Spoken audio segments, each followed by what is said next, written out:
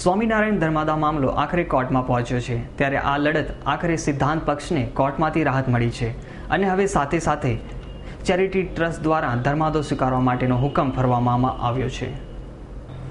સ્વામિનારાયણ સંપ્રદાયમાં છેલ્લા 25 દિવસથી ધર્માદાનો મુદ્દો ચાલી રહ્યો છે। 25 દિવસથી સતત હડતાલનો દોર પણ યથાવત રહેવા પામ્યો છે। સુરતથી શરૂ થયેલી આ હડતાલ આખરે રાજ્યવ્યાપી બની હતી। જો કે આખરે આ હડતાલ કરનાર સિદ્ધાંત પક્ષને થોડો ઘણો ન્યાય પણ મળવા પામ્યો છે। છેલ્લા 25 દિવસથી હડતાલ પર ઉતરેલા અને છેલ્લા 10 દિવસથી અમરનાથ ઉપવાસ પર બેઠેલી મહિલાઓ અને લગભગ 5 થી 6 દિવસથી અમરનાથ ઉપવાસ પર બેઠેલા 21 જેટલા પુરુષો પૈકી કેટલાયની તબિયત લથડતા તેમને હોસ્પિટલ ભેગા કરવામાં આવ્યા છે। પરંતુ આખરે તેઓની આ હડતાલ કંઈ મહેનત લાવી અને રંગ લાવી હોય તેવું લાગી રહ્યું છે, કારણ કે આજે ચેરિટી ટ્રસ્ટ દ્વારા એક નિર્ણય લેવામાં આવ્યો હતો।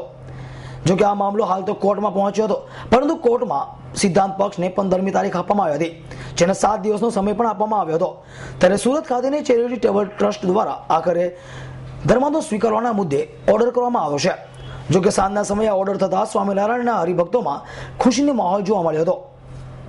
આ અંગે સ્વામિનારાયણ સંપ્રદાયના વડીલે જણાવ્યું હતું કે જો ખરેખર ધર્માદો સ્વીકારવાનું શરૂ થઈ જાય તો આ હડતાલ સમેટી લેવામાં આવશે, પરંતુ જો આ ઓર્ડરને માનવામાં નહીં આવે અને ઓર્ડરનો અનાદર કરીને ધર્માદો સ્વીકારવામાં નહીં આવે તો આગામી દિવસોમાં પણ હડતાલ યથાવત રહેશે અને કદાચ એવું પણ બની શકે કે આ ઓર્ડરને નહીં માનવામાં આવે તો આગામી દિવસોમાં આ હડતાલ વધુ અને વધુ ઉગ્ર બની શકે છે।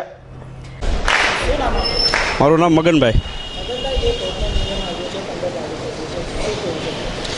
કોર્ટમાં એ લોકોએ કાલે રેગ્યુલર દાવો દાખલ કરેલો અને સાહેબ નવાઈની વાત તો એ હતી કે કાલે સવારે કોર્ટમાં કેસ દાખલ કર્યો અને કોર્ટે સેમ ડે નોટિસો કાઢી।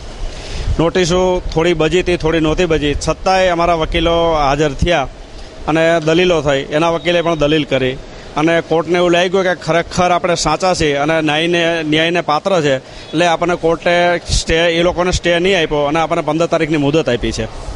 કેવું લાગી રહ્યું છે તમને 15 તારીખે?